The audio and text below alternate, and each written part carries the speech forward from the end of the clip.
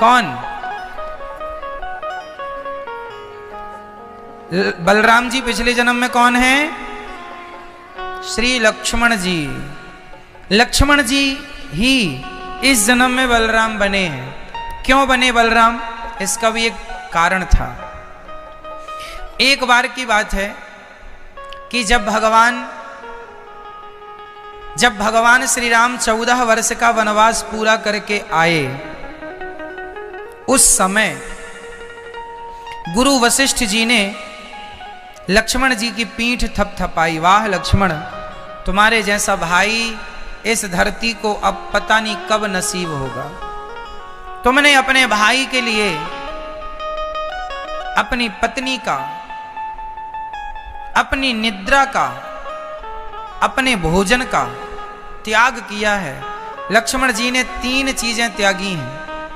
पत्नी, 14 वर्ष के लिए पत्नी, नींद और निद्रा, नींद और भोजन। तो भोजन नहीं किया, सोए नहीं 14 साल, और 14 साल तक किसी नारी का स्पर्श नहीं किया श्री लक्ष्मण जी ने, क्योंकि मेघनाथ को वरदान था कि जो 12 वर्षे नींद नारी जो त्यागेगा, इसके अलावा युद्ध करेगा सो वह मारा जावेगा। इसी के सत पर है वह जीवित मेघनाथ बलवान, सुन लीजिए स्वामी गुप्त कथा का ज्ञान। मेघनाथ को कितनी शक्तियां थीं? मेघनाथ को वरदान था 12 साल तक जो नींद और नारी त्यागेगा वही मेघनाथ को मार सकेगा, नहीं तो नहीं। तो लक्ष्मण जी ने कहा 12 नहीं, हम 14 साल के लिए त्यागेंगे। 14 साल के लिए नींद नारी, और नींद नारी नहीं, तीसरा भोजन भी त्याग दिया। लक्ष्मण जी कुछ खाए नहीं, सिर्फ भगवान श्री राम के चरण धोकर, माता जानकी के चरण धोकर लक्ष्मण जी केवल चरण अमृत पी के 14 साल जीवित रहे। जब सीता जी नहीं थी तो केवल राम के चरण धो धोकर लक्ष्मण जी जब भी पानी पिया करते थे, राम के चरणों को धोकर चरणों का धौमन पिया करते थे। ऐसे लक्ष्मण जी सबसे सेवक धर्म कठोरा, बड़ा स्नेह श्री लक्ष्मण जी का।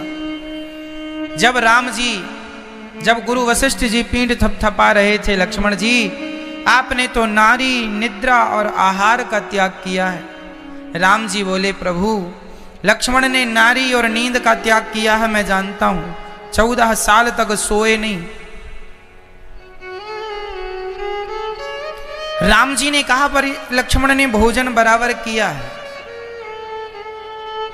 गुरु वशिष्ठ जी ने लक्ष्मण जी से कहा, लक्ष्मण जी आपने भोजन किया है 14 साल तक?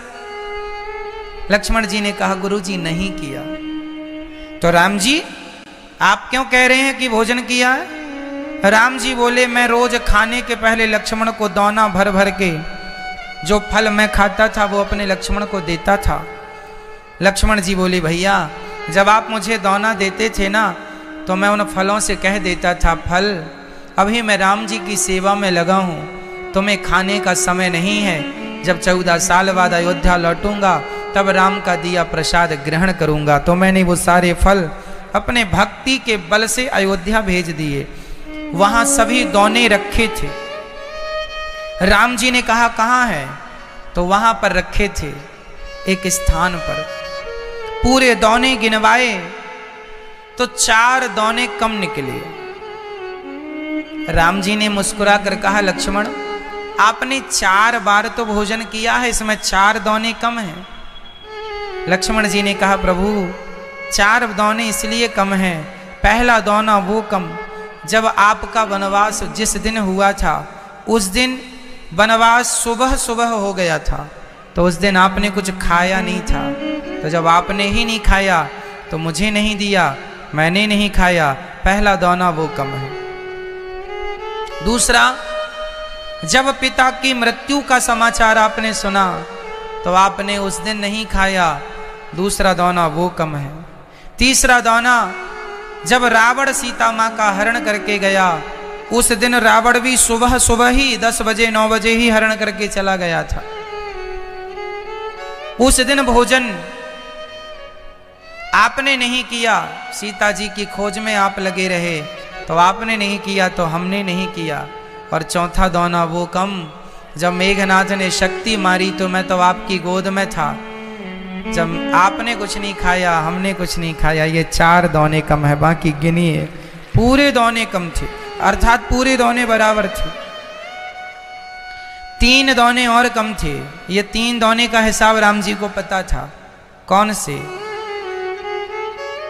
विनय न मानत जलधि जड़ गए 3 दिन बीत। जब राम जी समुद्र से प्रार्थना करने के लिए बैठे थे कि हमें रास्ता दो, उस समय 3 दिन तक राम जी बैठे थे।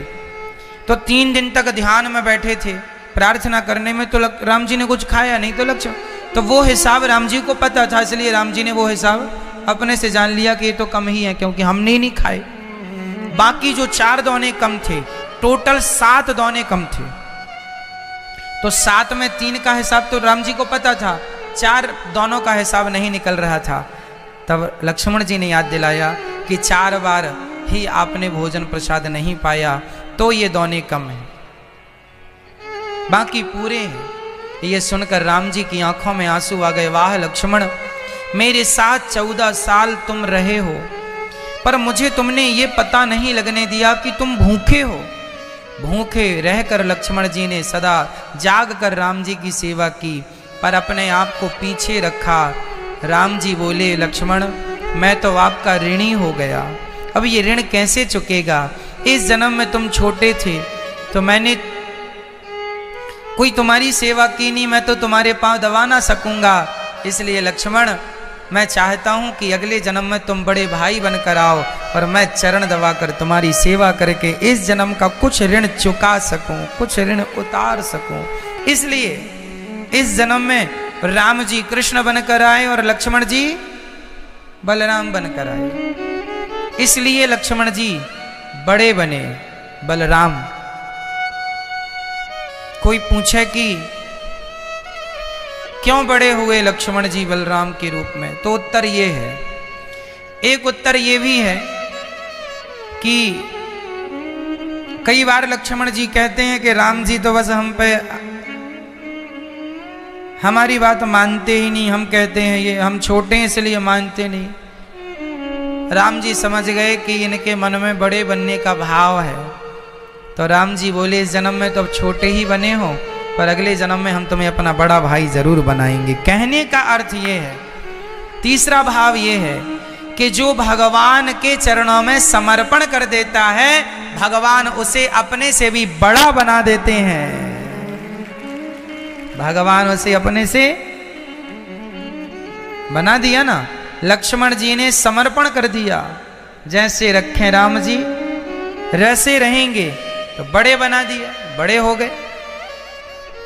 बड़े बनना है तो राम के बन जाओ, जो राम का बन जाएगा राम जी उसे बड़ा बना देंगे। इसलिए श्री लक्ष्मण जी अब द्वापर में बलराम जी बन करके आए, और वही बलराम जी इस कलयुग में भी आए हैं।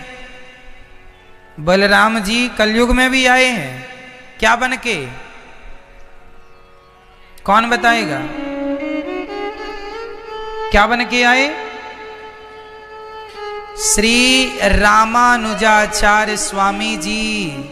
रामानुजाचार्य स्वामी जी, आपने देखो ये चित्र लगा है श्री रामानुजाचार्य जी, लिखा है श्री भाष्यकार जगत गुरु श्री रामानुजाचार्य जी। इस कलयुग में ये 1000 साल पहले रामानुजाचार्य जी बन के आए। हैदराबाद में अभी 216 फीट की मूर्ति का जो मोदी जी ने अनावरण किया, वो यही श्री रामानुजाचार्य जी की प्रतिमा है। भारत में 2 ही मूर्ति इतनी बड़ी हैं, एक सरदार वल्लभ भाई पटेल जी और दूसरा स्वामी श्री रामानुजाचार्य जी। ये 1000 साल पहले आए हैं इस धरती पर, और इन्होंने 1000 साल पहले ये लक्ष्मण जी के अवतार। एक दिन भगवान श्रीमन नारायण उदास थे, भगवान की आंखों में आंसू थे। तो शेषनाग भगवान ने पूछा, प्रभु आज आप उदास क्यों हैं? शेषनाग भगवान तो सदा भगवान के साथ रहते हैं ना। तो शेषनाग भगवान ने पूछा कि आप उदास क्यों हैं?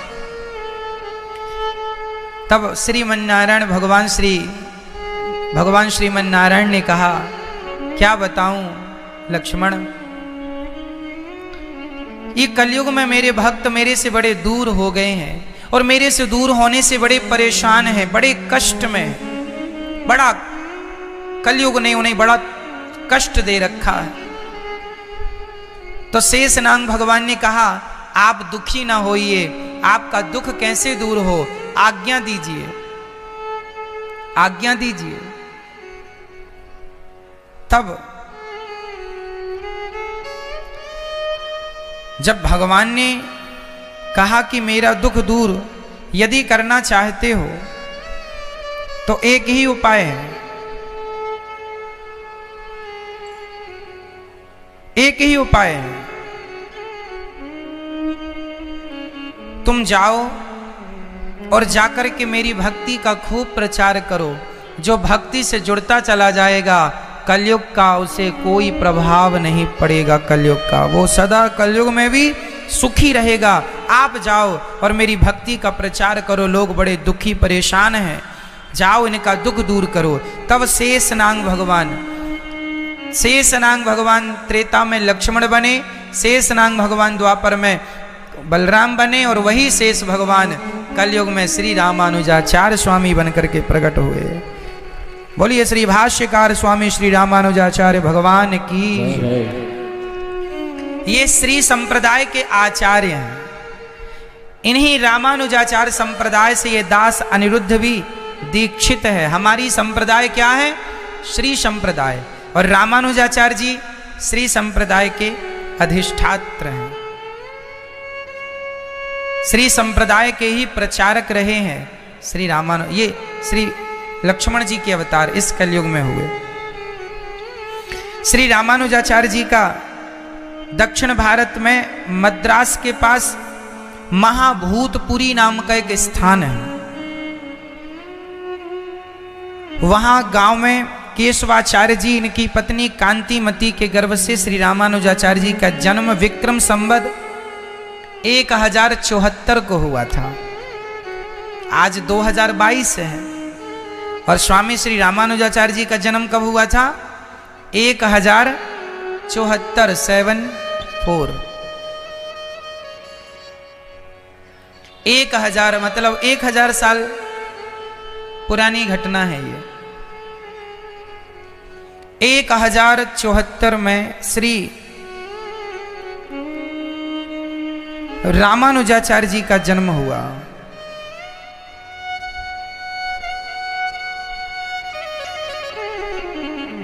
और इनकी माता, इनके पिताजी थे श्री केशवाचार्य जी, इनकी पत्नी अर्थात इनकी माता कांतिमती। श्री रामानुजाचार्य जी की माता का नाम है श्री कांतिमती, इनके पिताजी का नाम है श्री केशवाचार्य जी। इनके सुपुत्र, इनके गर्भ से स्वयं भगवान श्री लक्ष्मण जी, बलराम जी श्री रामानुजाचार्य बन के पधारे हैं। और रामानुजाचार्य जी ये कहा कि जब रामानुजाचार्य जी का जन्म हुआ और रामानुजाचार्य जी की शिक्षा पूरी हुई, पहले ये रामानुजाचार्य जी दक्षिण भारत में एक मंदिर है वरदराज भगवान का, कांचीपुरी कहते हैं। वहां के मंदिर में वरदराज भगवान जी की पूजा करते थे। फिर वहां जैसे आज रंगनाथ मंदिर कहते हैं ना, रंगनाथ भगवान दक्षिण भारत में श्री रंगम, रंगनाथ भगवान के उस समय अधिष्ठात्र हुए थे श्री यामुनाचार्य जी। यामुनाचार्य जी ने रामानुजाचार्य जी से मिलना चाहा, क्योंकि रामानुजाचार्य जी बहुत उद्घट विद्वान थे। तो यामुनाचार्य जी की मृत्यु आ गई। भगवान के पार्षद आए, बोले चलो आपका समय पूरा हो गया। कलयुग घबरा गया। यदि यमुनाचार्य जी और रामानुजाचार्य जी ये दोनों शक्तियां मिल जाती तो कलयुग खत्म हो जाता।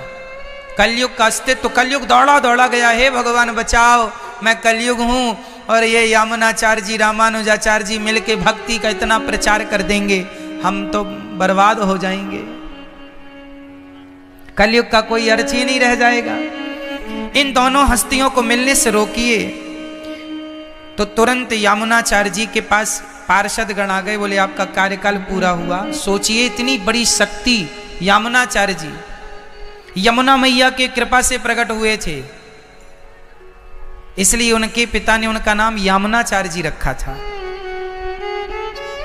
तो यमुनाचार्य जी जो हैं ये श्री संप्रदाय के आचार्य हुए हैं और इन्होंने अपने शिष्य को भेजा, जाइए रामानुजाचार्य जी को लाइए। रामानुजाचार्य जी को लेने गए और पार्षदों से कह दिया कि हमें 8 दिन का समय दो, 8-10 दिन बाद हम चलेंगे आपके, पहले हम रामानुजाचार्य जी से मिलेंगे। अब संयोग देखिए कलयुग का प्रभाव के रामानुजाचार्य जी के आने में जरा विलंब हो गया और इनका टाइम पीरियड पूरा हुआ और यमुनाचार्य जी रामानुजाचार्य जी श्री रंगम में पांव रखे कि यमुनाचार्य जी के प्राण निकल गए।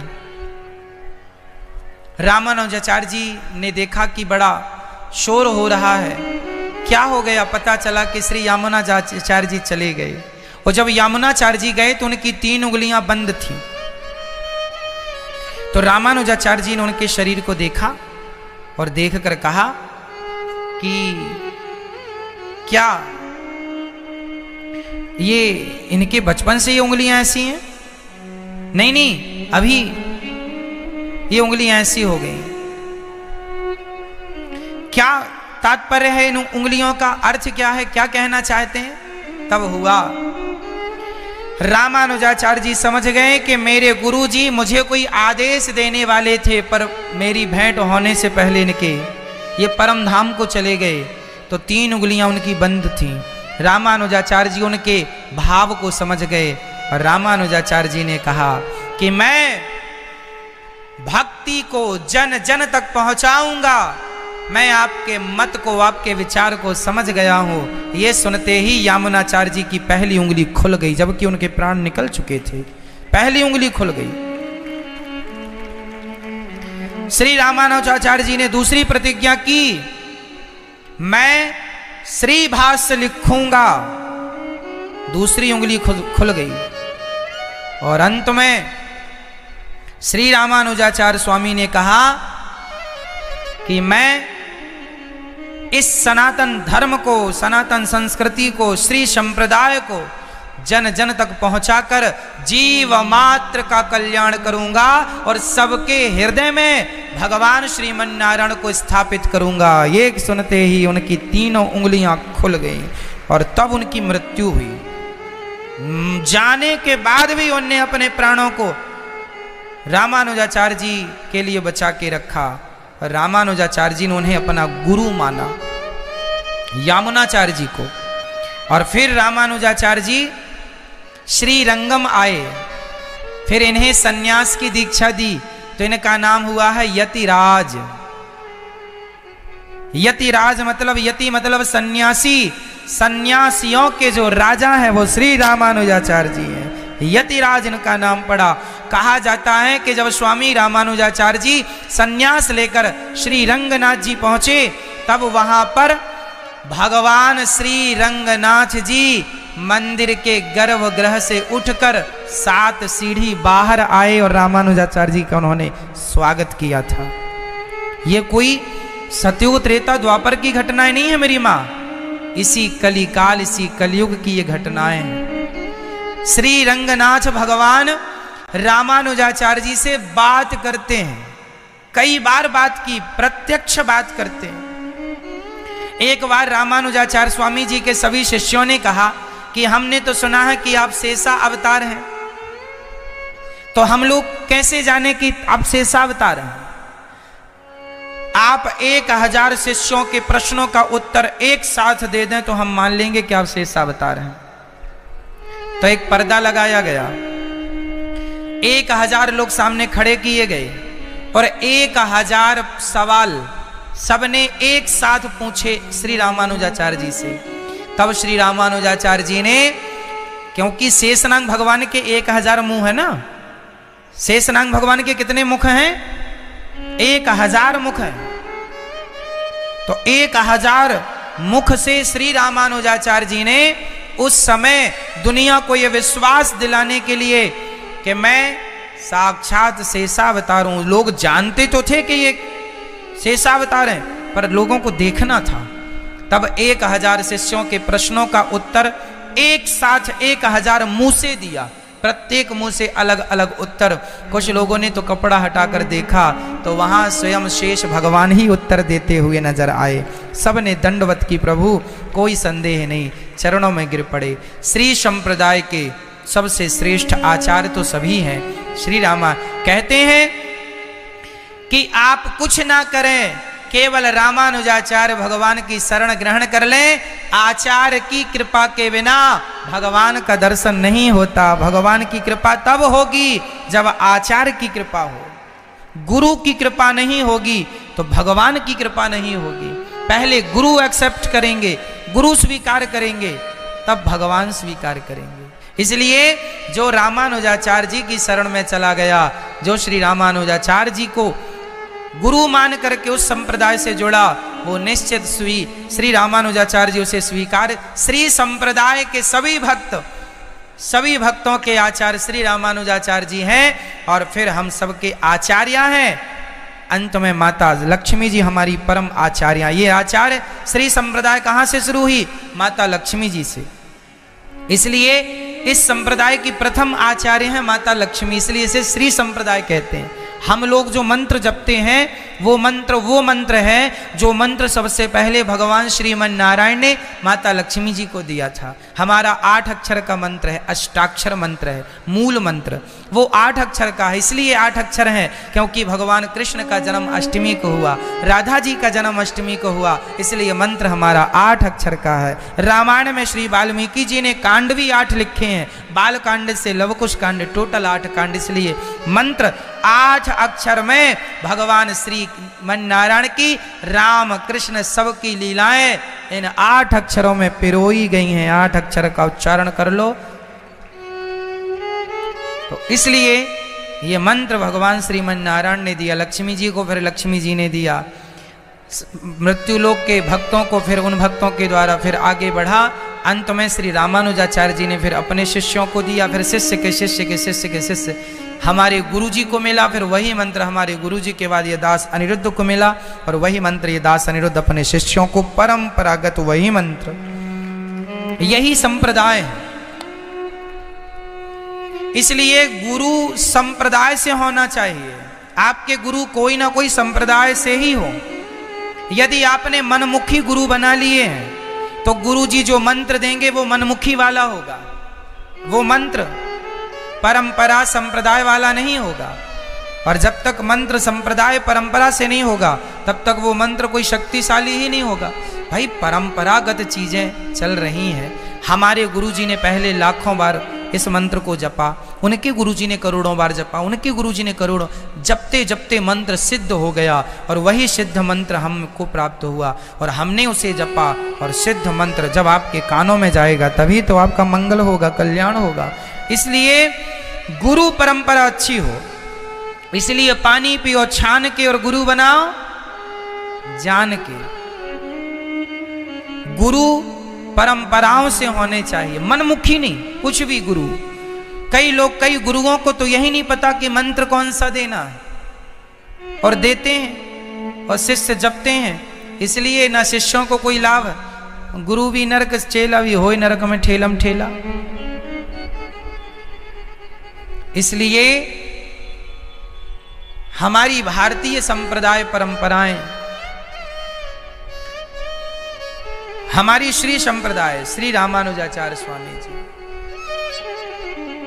रामानुजाचार्य जी ने भारत में जितने भी सनातन धर्म को ना मानने वाले लोग थे सबको शास्त्रार्थ में पराजित करके और उन सब के हृदय में भगवान श्रीमन नारायण की भक्ति स्थापित की। श्री रामानुजाचार्य जी जब छोटे से थे तब इनके गुरु जी जो थे, इनके गुरु जी थे श्री यादव प्रकाश जी। रामानुजाचार्य जी छोटे थे तब इनका इतना प्रभाव बढ़ गया कि एक राजा की बेटी को प्रेत लग गया। तो प्रेत लगा तो प्रेत उतारने के लिए यादव प्रकाश जी को बुलाया, क्योंकि उस समय यादव प्रकाश जी बड़े पंडित थे। अच्छा, यादव प्रकाश जी के स्कूल में, गुरुकुल में श्री रामानुजाचार्य जी पढ़ते थे, शिष्य थे अर्थात विद्यार्थी थे। तो यादव प्रकाश जी, एक राजा की बेटी को भूत लगा, प्रेत लगा, तो प्रेत उतारने यादव प्रकाश जी गए। तो प्रेत ने यादव प्रकाश जी से कहा, रे मैं तेरे बस का नहीं हूं, तेरे विद्यालय में जो वो रामानुजाचार्य उसे भेज। यदि रामानुजाचार्य अपने पांव धो के मुझे पिला दें तो मैं यहां से तर जाऊंगा। अब तो रामानुजाचार्य जी की बड़ी ख्याति हो गई कि इनके पांव धोकर पीने से प्रेत का उद्धार हो गया। अब यादव प्रकाश जी जलन के मारे इनको मारने के षड्यंत्र रचने लगे। जहर दिया, मारना चाहा, पर ये तो साक्षात शेष भगवान है, तो जहर क्या करे। अंत में यादव प्रकाश जी ने, रामानुजाचार्य जी इतने बड़े विद्वान हो गए कि यादव प्रकाश जी ने इन्हें पढ़ाया था, और अंत में यादव प्रकाश जी ने इनसे सन्यास की दीक्षा लेकर इन्हें गुरु बनाया कि आप तो हमारे गुरु हैं। गुरुओं के गुरु श्री रामानुजाचार्य जी। ऐसे नास्तिकों को इन्होंने भगवान से जोड़ा। एक धनुर्दास नाम का एक पहलवान था, उसकी पत्नी बड़ी सुंदर थी। जब भी वो निकला करे ना तो अपनी पत्नी को छाता लगा के चलता, उल्टा उल्टा चलता, उल्टी चाल चलता, पत्नी की तरफ मुंह करके उल्टा चलता था, पत्नी की तरफ छाता लगा के। कोई कहे क्यों रे, कितना बड़ा स्त्री लंपट है। तो बोले क्या हुआ, मेरी पत्नी को धूप लगेगी, काली पड़ जाएगी, तो छाता लग, खुद धूप में चले पर पत्नी को छाता लगाए, उल्टा चले। ये श्रीरंगम की बात है। एक दिन रामानुजाचार्य जी की नजर पड़ी कि ये पहलवान धनुर्दास रोज अपनी पत्नी के छाता लगा के उल्टा उल्टा, वो सारा गांव हंसता, लोग बड़ी मजा लेते इसके। मैया लो, मैया जागो मेरी मां, सुबह हो गई। चंदा मामू सो गए, सूरज चाचू जागे। सुनो, श्री रामानुजाचार्य जी ने धनुर्दास को देखा कि यह पत्नी का बड़ा गुलाम है। रामानुजाचार्य जी समझ गए कि यह तो घोर नरक जाएगा। जो अपनी पत्नी से इतनी आसक्ति, देखो आसक्ति तुम्हें नरक ले जाएगी, चाहे पत्नी की हो, चाहे पति की, चाहे पुत्र की हो, चाहे पैसे की। आसक्ति तुम्हें कहां ले जाएगी, बोलो जोर से, नरक ले जाएगी। इसलिए ज्यादा आसक्ति ना हो। रामानुजाचार्य जी समझ गए कि ये तो नरक जाएगा, लेकिन आचार्य हैं श्री रामानुज, वो समझ गए कि इसे मैं बचा सकता हूं नरक जाने से। कैसे बचाएंगे?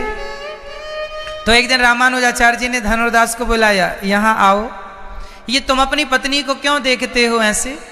बोले महाराज मेरी पत्नी बहुत सुंदर है, मैंने आज तक इतनी सुंदर कोई स्त्री नहीं देखी जितनी सुंदर मेरी पत्नी है।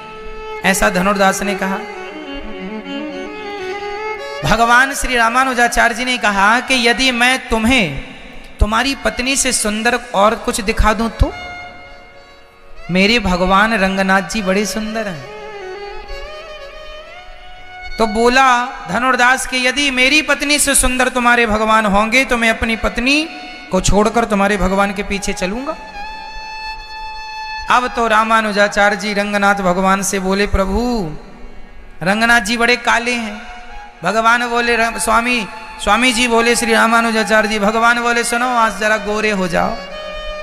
काले हो, वो उसकी पत्नी तो गोरी है, पर आपको देखेगा कहीं बोला कि ये तो हमारी पत्नी से काला है, फिर ये कभी भक्त नहीं हो सकता। तो भगवान बोले जरा आज इसको अपनी मोहिनी सी सूरत दिखा देना, है ना, अच्छी वाली। ये कह के रामानुजाचार्य जी पर्दा बंद कर दिए। प्रभु जरा कंगी मंगी करो, अपनी सवारो, अपने आप को ठीक करो, भक्त आया है आपको देखने के लिए। सच्ची घटना है ये। रामानुजाचार्य जी बात करते थे ना श्री रंगनाथ भगवान से। बोले आपका भक्त आया है, वो सुंदरता पे न्यौछावर होना चाहता है, तो जरा आज वो कन्हैया वाली सुंदरता दिखा देना जिस पर राधा जी मरती हैं, उस सांवली सी सूरत को जरा दिखाओ।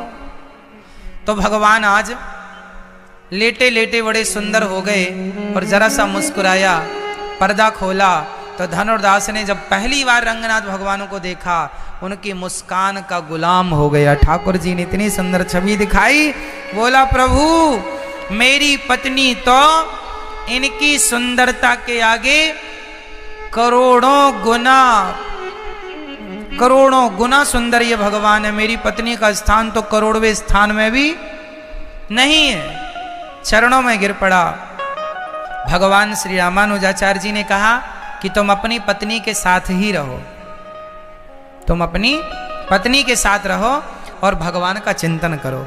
रामानुजाचार्य जी ने दोनों धनुर्दास और उसकी पत्नी को अपने आश्रम में स्थान दिया, कहा कि तुम यहाँ ठाकुर जी की सेवा करो, प्रसाद पाओ और रंगनाथ भगवान की। अब वो धनुर्दास भगवान का इतना बड़ा भक्त बना, इतना बड़ा भक्त बना, दोनों पति पत्नी भगवान श्री रामानुजाचार्य जी ने दोनों को साक्षात्कार कराया और दोनों भगवान के इतने बड़े भक्त बने कि एक दिन श्री रामानुजाचार्य जी कहीं जाने लगे तो उन्होंने मंदिर की पूजा धनुर्दास को दे दी। बोले रंगनाथ भगवान की पूजा तुम करना।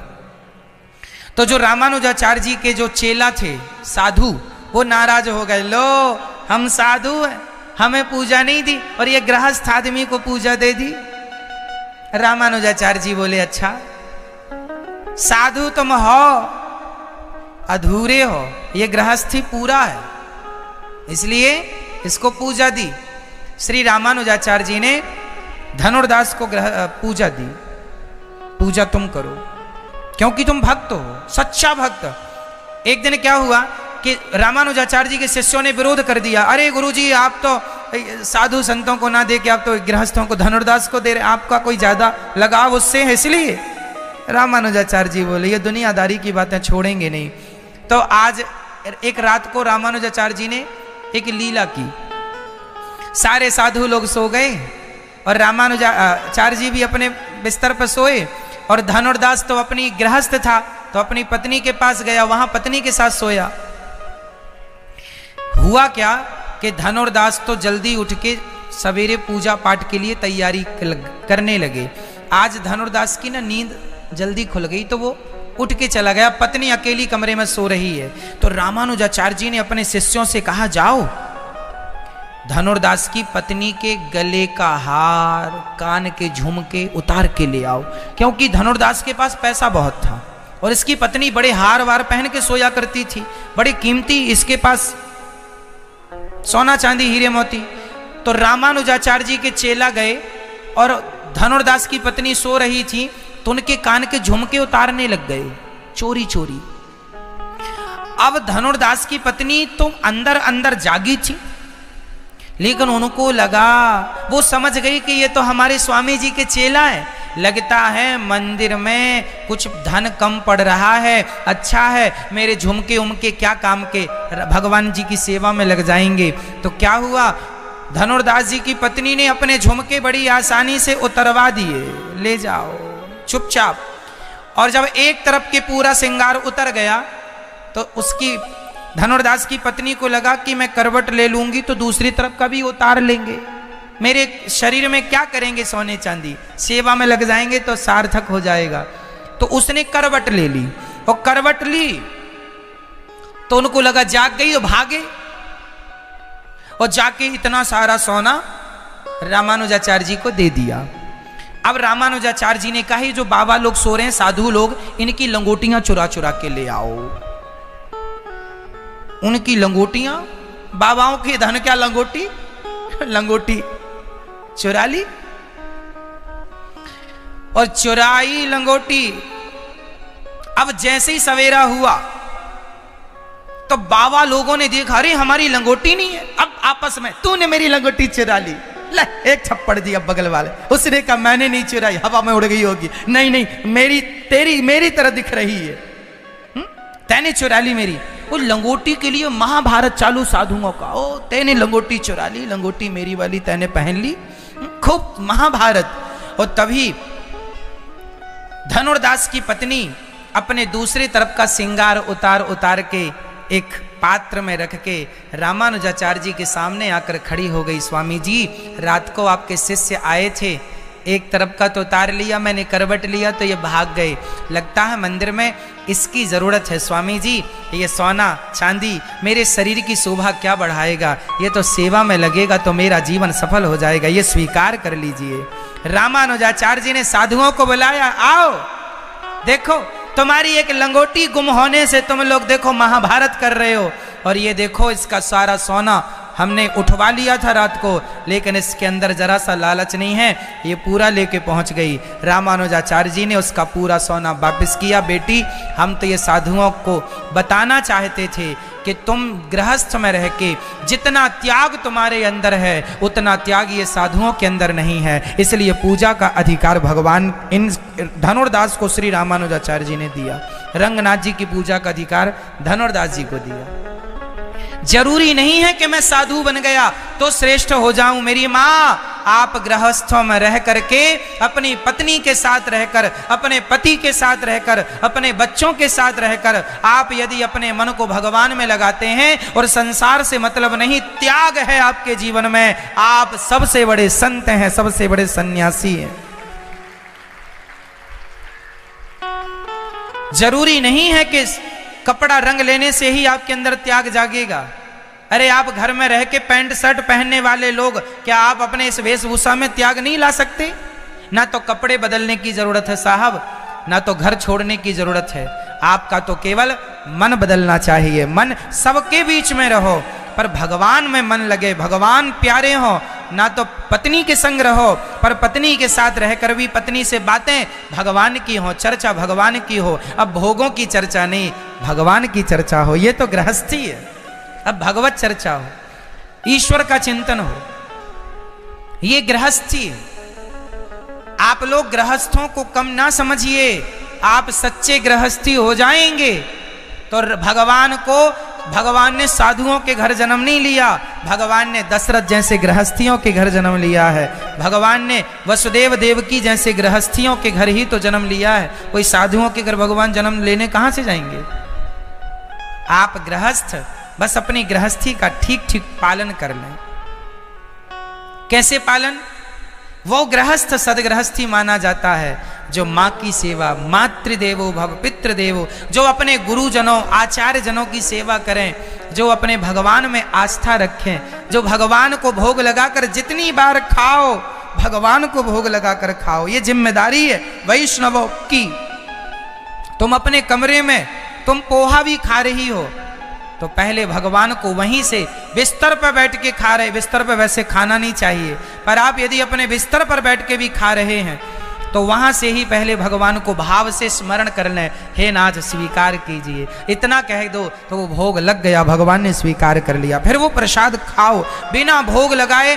पानी, हम तो कहते हैं 10 बार पानी पियो दिन में, पहले पानी का भगवान को भोग लगाओ। ठाकुर जी आप जल ग्रहण कीजिए फिर पाओ। मतलब कपड़े तुमने आज नई साड़ी खरीदी है, पहले भगवान को समर्पित करो, प्रभु आप ग्रहण की, फिर शादी प्रसाद के रूप में पहनो। तुमने आज सोना चांदी बनवाया, मंगलसूत्र नया हार बनवाया, पहले भगवान को पहनाओ, ठाकुर जी को, राधा रानी को।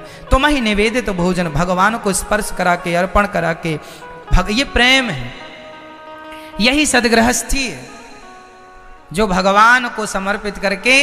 और बेटा होए तुरंत भगवान के चरणों में डाल दो, नाथ ये संपत्ति ईश्वर प्रभु आपका बेटा है, आपकी बेटी है, ये संपत्ति, ये घर द्वार मकान दुकान वैभव पैसा गाड़ी घोड़ा, हे नाथ सब कुछ आपका है। और क्या कहें, हमारा ये शरीर हमारा नहीं, ये आंखें प्रभु आपकी हैं, आप ही हमारी आंखों से देख रहे हैं, आप ही हमारी वाणी से बोल रहे हैं, आप ही हमारे कानों से सुन रहे हैं, आप ही हमारे हाथों से काम कर रहे हैं। सब कुछ भगवान, सब ईश्वर का।